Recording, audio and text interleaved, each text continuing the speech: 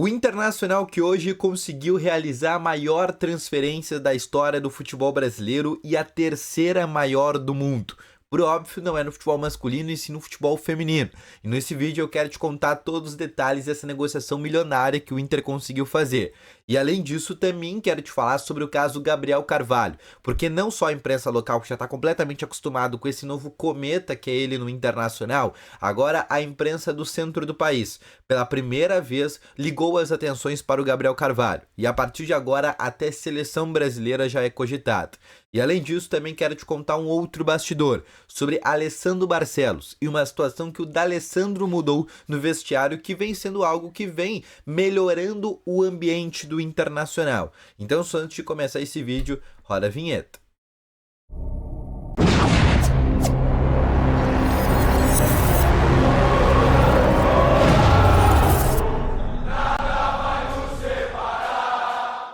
Boa tarde, colorados! Começando aqui com novas informações sobre o Internacional. E só antes de começar com esse vídeo, não esquece de deixar o teu gostei, se inscrever no canal e ativar também aqui o sininho de notificações, que é muito importante, tá bom? Além disso, também deixa aqui nos comentários a tua opinião sobre Gabriel Carvalho. Por quanto tu acha que o Inter tem que vender este jogador? Deixa nos comentários que eu quero saber a tua opinião, tá bom?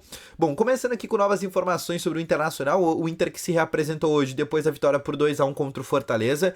O Inter já se reapresentou nessa quinta-feira, porque na segunda o Inter já joga contra a equipe do Cuiabá e é um jogo muito importante. Ontem o vice-presidente de futebol do Internacional até fez um pronunciamento para falar sobre esse jogo, porque se o Inter vencer o Cuiabá, conseguir os 3 pontos, o Inter chega de vez naquele bolo que briga por uma vaga direta na Libertadores na próxima temporada, que é hoje o grande objetivo do Internacional. O título é muito improvável. Hoje o título o líder do Campeonato Brasileiro, que é o Botafogo, tem 51 pontos. O Inter hoje tem 35, a gente sabe que tem 2 jogos a menos em relação ao Botafogo, pode chegar a 41. A distância então seria de 10 pontos. A gente sabe também que na última rodada do Campeonato Brasileiro o Inter enfrenta o próprio Botafogo no estádio Beira-Rio. Vamos conjecturar aqui que vencesse esse jogo, o Inter ainda ficaria numa diferença de 7 pontos. Segundo estatísticas, se o Inter quiser ser campeão brasileiro, o Inter vai precisar fazer uma campanha histórica, mas assim, histórica mesmo. O Inter vai precisar, nesses últimos 15 jogos que tem para fazer 14 vitórias e vai se dar ao luxo de poder perder um jogo. Então, para o Inter ser campeão brasileiro, para quem está perguntando, o Inter precisa fazer 14 vitórias e uma derrota. Se o Inter fizer essa campanha absurda, aí sim o Inter será campeão brasileiro. Mas aí a gente está imaginando um cenário completamente atípico, né? Por mais que o Inter venha fazendo boas partidas, que nos últimos 6 jogos tenha 4 vitórias, um empate e uma derrota, que é números extremamente interessantes, ainda assim esses números que já são muito interessantes não seria o suficiente para o Inter conseguir ser campeão brasileiro. Mas vamos trazer aqui para o mundo certo, que seria o mundo de Libertadores. O que o Inter precisa fazer para ir para uma vaga de Libertadores? O Inter precisa fazer 60% de aproveitamento. Basicamente, o Inter precisa fazer 9 vitórias. Nos próximos 15 jogos, o Inter precisa vencer 9. Para ver como é difícil, né? O Inter pode perder 6 e vencer 9. Se o Inter conseguir fazer isso, o Inter estará na Libertadores de maneira direta, dentro do G4.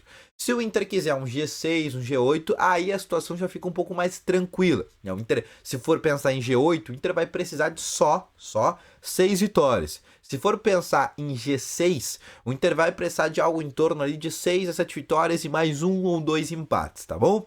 Mas eu quero te falar sobre novidades, porque o Roger Machado vai ter até 7 novidades por jogo contra o Cuiabá. Isso mesmo. Os 3 jogadores que retornam das suas respectivas seleções, Rocher, Valência e também o Rafael Santos Borré.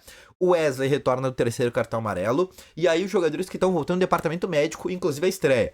Brian Aguirre vai poder já fazer sua estreia contra o Cuiabá. O goleiro Fabrício e também o Wanderson. Esses 3 jogadores também devem estar à disposição do Roger Machado.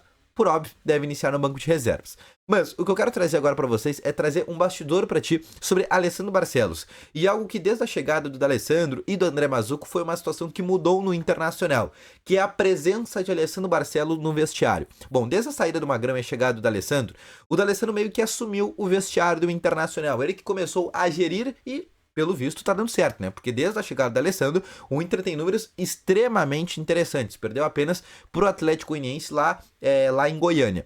Mas O presidente Alessandro Barcelos, e isso a gente conseguiu perceber ontem no jogo, agora não participa mais de maneira ativa no vestiário. No intervalo, ele sequer vai para o vestiário, só para vocês terem uma noção. Ou seja, a figura do presidente, ela foi enfraquecida. E houve agora um fortalecimento da figura do diretor esportivo, que é o D'Alessandro. Isso é uma mudança que acabou acontecendo no vestiário do Internacional e também uma troca quase de, né, entre aspas, né, a gente pode dizer que a partir de agora o D'Alessandro é a grande figura do vestiário do Internacional, junto com o Roger Machado e também com o diretor executivo, que é o André Mazzucco, tá bom?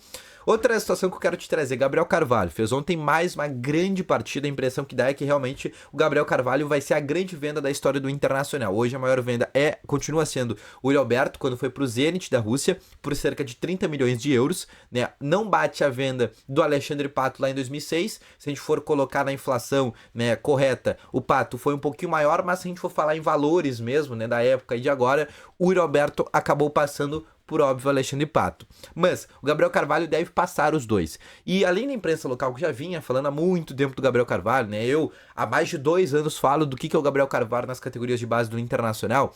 Agora a gente vê que a imprensa do centro do país também fala do Gabriel Carvalho e da importância dele para o cenário do Internacional e para essa alavancada que deu o Inter dentro do Campeonato Brasileiro e inclusive já começam a falar, né, do Gabriel Carvalho como um novo grande jogador, como um atleta do nível do Endrick, como um atleta do nível do Estevão, como um atleta do nível como foi anteriormente o Savinho quando era do Atlético Mineiro, e eles já começam a colocar o Gabriel Carvalho neste mesmo patamar, o que para o Internacional é extremamente importante. A gente sabe que normalmente a imprensa do país acaba meio que deixando de lado, né, o cenário aqui do Rio Grande do Sul, ou o cenário aqui mais para o sul-sudeste, mas pela primeira vez a gente vê que eles estão dando, né, um olhar diferente, e se eles estão dando um olhar diferente é porque realmente ele está jogando muita bola. E lembrando, o Inter já tem um interesse muito forte da equipe do Arsenal, que recentemente fez uma parceria com o Internacional, né, para quem não lembra, no ano passado, diversos dirigentes do Arsenal vieram ao Internacional olhar as estruturas do clube,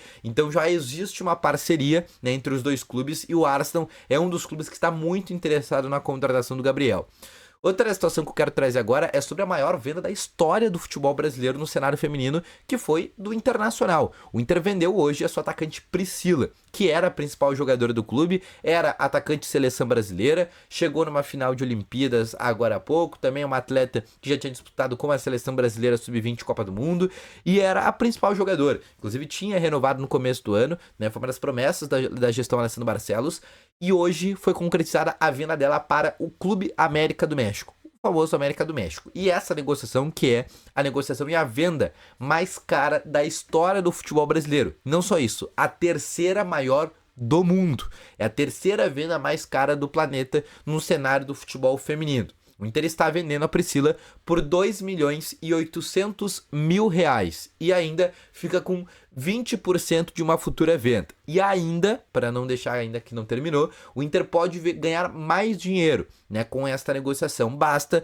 que a Priscila bata algumas metas previstas no contrato: gols, assistências, jogos, convocação para a seleção brasileira, títulos. E se isso acontecer, o Inter vai ganhar mais um valor a cada meta batida. Ou seja, essa negociação vai ultrapassar 3 milhões de reais. Só sem bônus, essa negociação já é a negociação mais cara da história do futebol brasileiro e a terceira maior do mundo. Se a gente for colocar com bônus, que pode chegar acima de 3 milhões de reais, ela continua sendo, por óbvio, a maior negociação da história do futebol brasileiro e pode bater, inclusive, a segunda maior do planeta. Só para vocês terem uma ideia de quanto que foi nessa representatividade dessa venda do Internacional da atacante Priscila. Por óbvio, todo esse valor vai ser usado para o futebol feminino, ou seja, vai ser reinvestido, vai ser recolocado, tudo dentro do cenário feminino, tá bom? Então é isso aí, vídeo, espero que tenham gostado. Volto logo mais essas informações. Valeu, falou e foi!